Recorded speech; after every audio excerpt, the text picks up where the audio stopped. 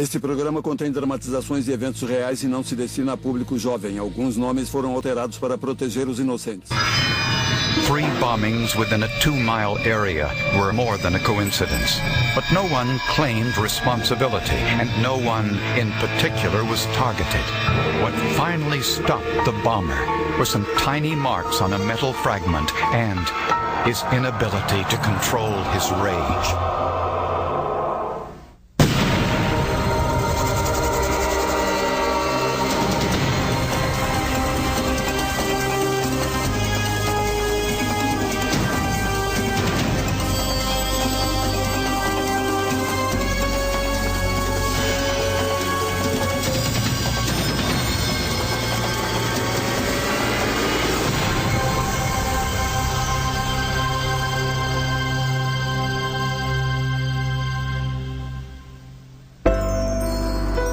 The biggest employer in Grand Junction, Colorado, isn't the ski industry or the wineries that have sprouted up over the last dozen or so years. Surprisingly, it's the local school district. Dennis Lamb was a vocational teacher in the district's career center. I taught computer applications, computer repair, and video production. It's mainly for students who did not fit in the mainstream of the academics for whatever reason. On a February evening in 1991, Dennis and his co-workers attended a vocational awards banquet in the convention center in downtown Grand Junction. Afterwards, as they walked to their cars in an underground parking lot, there was a deafening explosion.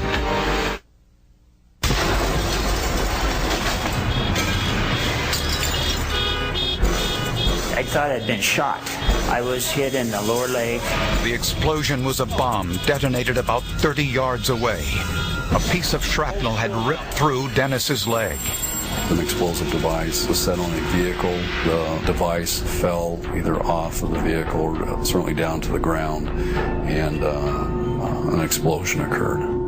I did not at the time think that there was anybody after me specifically because of the location of it. Fortunately, Dennis didn't suffer any permanent injury. No one claimed responsibility for the bombing. Explosive experts knew from the amount of debris that it was a fairly sophisticated pipe bomb. We actually had schematics of how far bomb fragmentation flew. And you do that because you can tell how well the bomb was constructed. If a pipe bomb blows apart in 2 pieces, obviously it's not too effective. If it blows apart in 32 pieces, somebody has made a better pipe bomb. 3 weeks later, the Gonzalez family was going shopping at a nearby mall, and everyone had piled into the family van.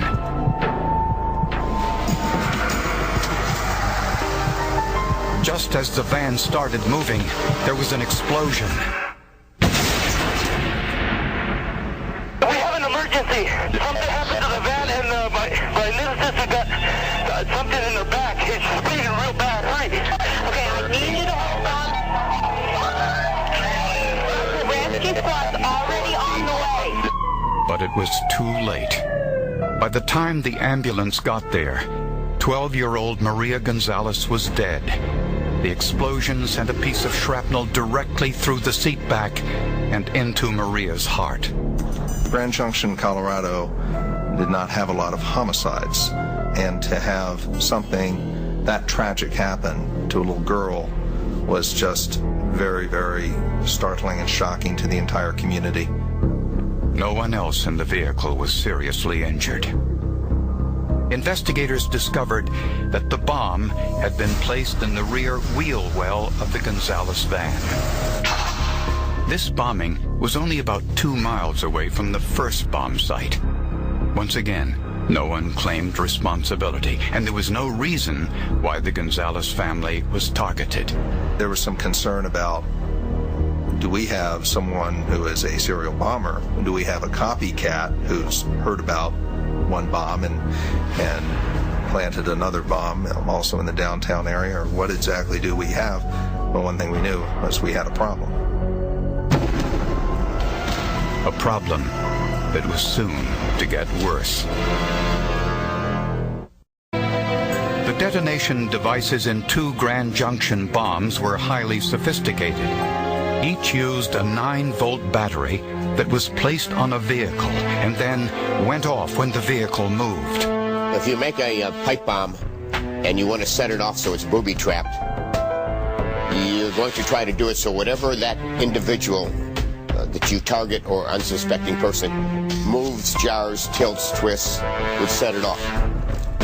In the rubble, investigators found pieces of curved glass, the outer shell of a mercury switch. The mercury switch connected and exploded, and when these bombs explode, there's tremendous force. There's greater force, greater speed, greater acceleration than with a fired .45 caliber pistol. A mercury switch is a glass ball filled with mercury, a liquid metal. It's a hair trigger device, and it looked like the bomber would have hand-carried it from his home to the target vehicle. Once you close it up, you now have to carry it in the same position that you built it. If you tilt it up, roll it sideways, it's going to blow up. So very few people do that unless they have mental instability. Investigators searched their files for anyone who had prior arrests for making explosive devices. One was 19-year-old Shannon Keith, a factory worker who lived just 10 minutes outside of town in Clifton. He'd been arrested 15 months earlier for possessing pipe bombs and was sentenced to 2 months probation. He had had some involvement with pipe bombs, but with a significant difference from the pipe bombs that we were talking about here.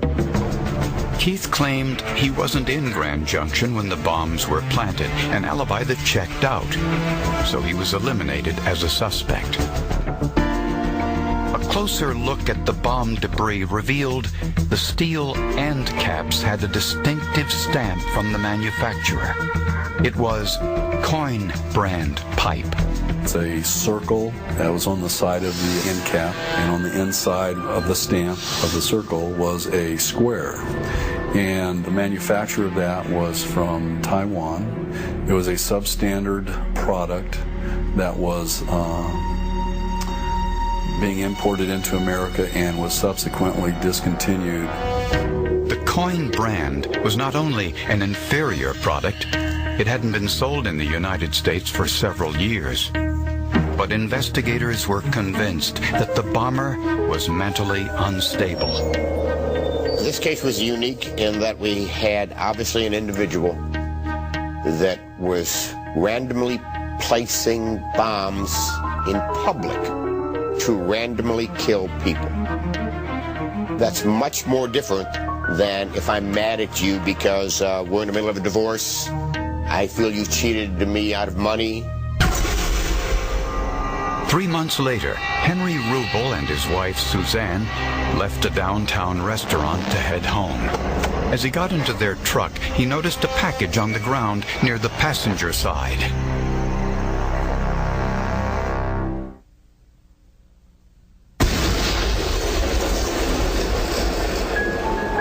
Mr. Rubel was killed instantly. Everybody was scared.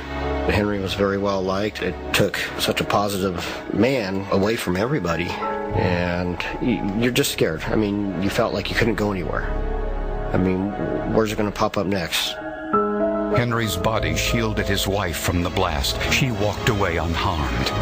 An explosion of that nature, there's a lot of shrapnel that is flying through the air, and it was through the grace of God that she wasn't killed. This was the most powerful of the 3 bombs. Shrapnel went completely through the truck, and some of it was found 2 blocks away. In the debris, analysts found a bomb fragment with the Coin brand stamp, along with shards of curved glass from a mercury switch. This was no copycat. The same bomber was at work, and he was building bigger, more powerful bombs. We can all understand frustration and we can all understand rage. What I cannot understand is, once you've killed a 12-year-old girl, how do you do this again? Estamos apresentando Medical Detectives. Grand Junction had been rocked by 3 bombs within a 3-month period. Components indicated they were made by the same person, but there was no connection among the victims. The bomber was killing randomly. But why? We tried to see if there's any connection between the victims. We didn't believe that there was. The devices were placed randomly, which added to the danger, and that it made everybody susceptible to becoming a victim. The bombs were similar in construction and were planted within blocks of one another. And now I'm putting together a detailed chart of the difference in the bombs. And from the first to the last bomb, we saw an increase in talent as far as making a better bomb. And associated with that was the increase in injury and death. Since the bombs used a mercury switch, investigators believe the bomber hand-carried them to the bomb sites rather than risking an explosion by jarring or bumping the package in a car or bus.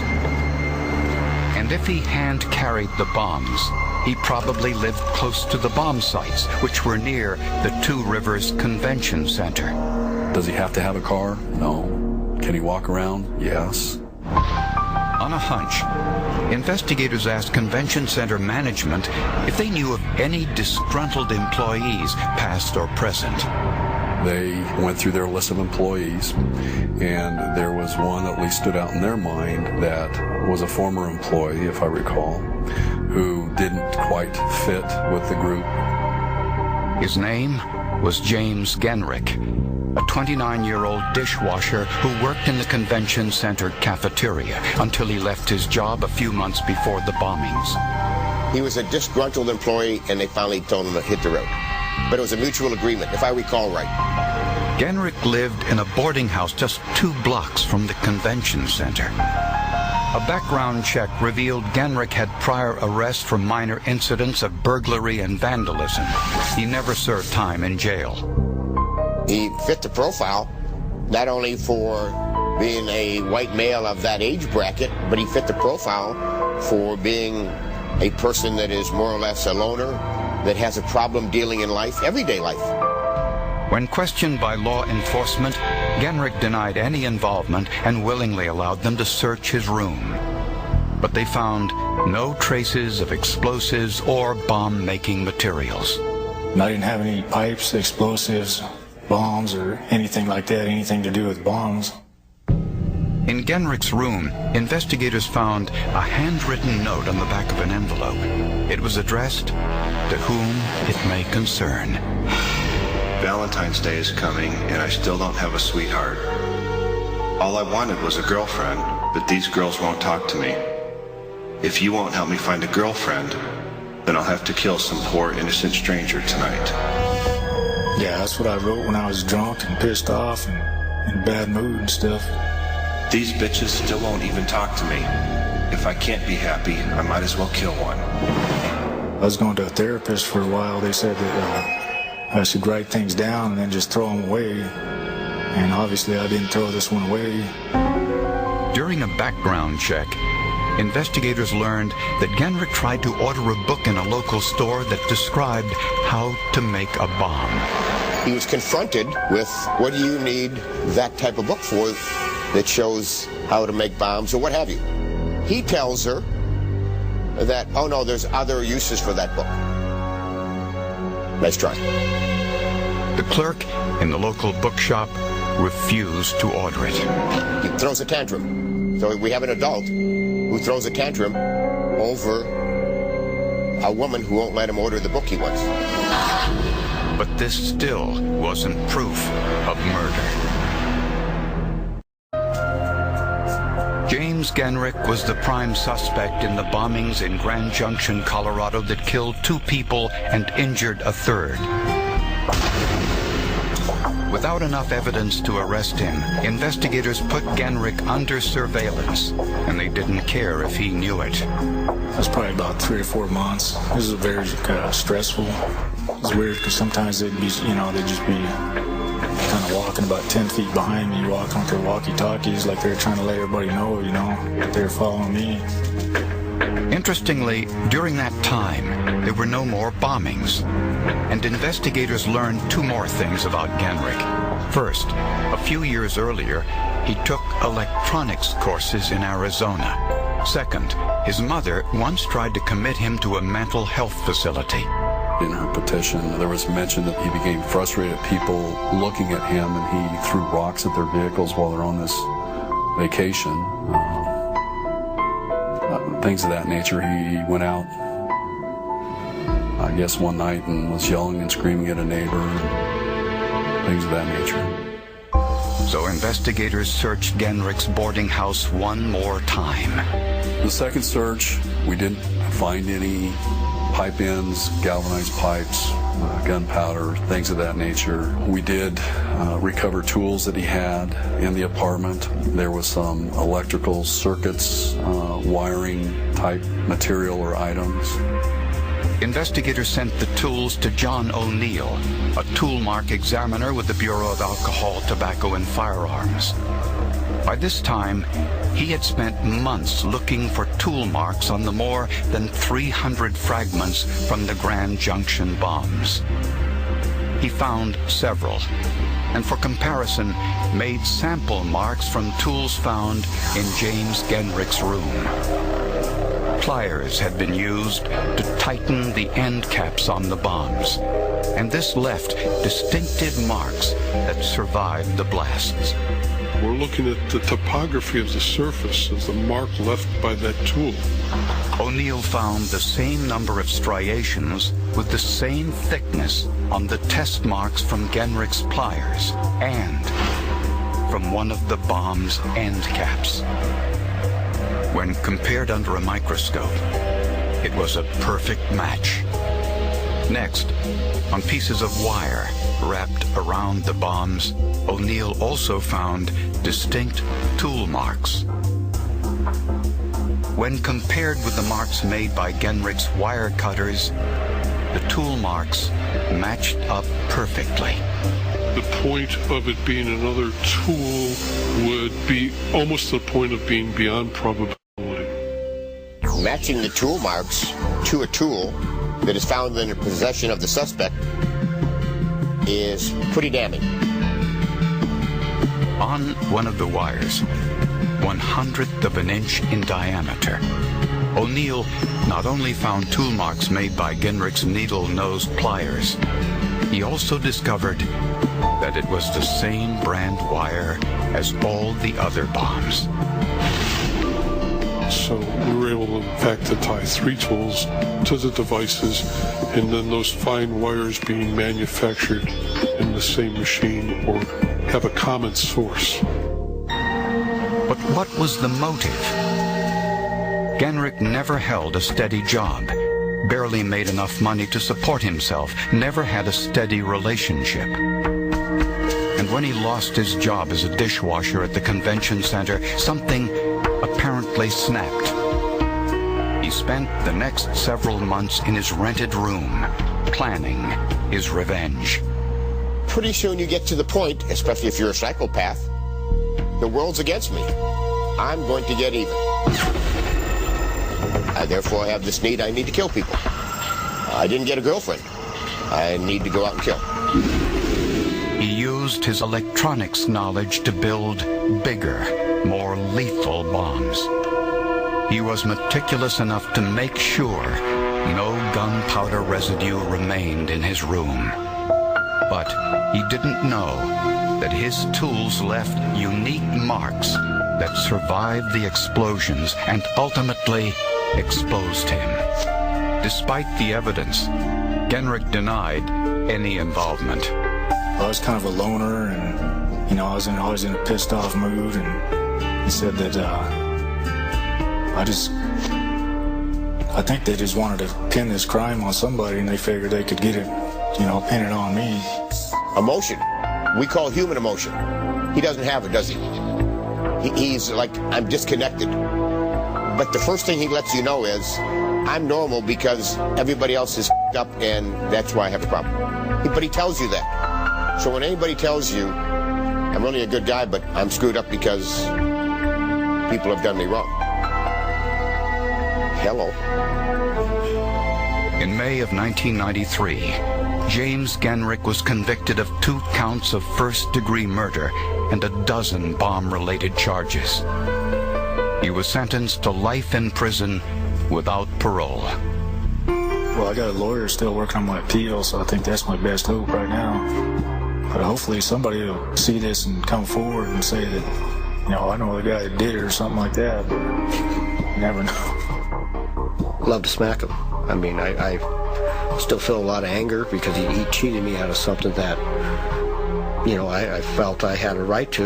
You know, Henry was my father, and I don't have that right anymore. He took something away. Investigators say there's no doubt James Genrick would have continued to kill if he hadn't been caught. But old-fashioned police work exposed him, and forensic science provided the proof. You had a lot of circumstances that sort of pointed towards him, but you don't put somebody in prison for the rest of his life based on circumstances. You put him there based on proof. And in that regard, I think that it was John O'Neill's testimony and Jerry Taylor's testimony that did that.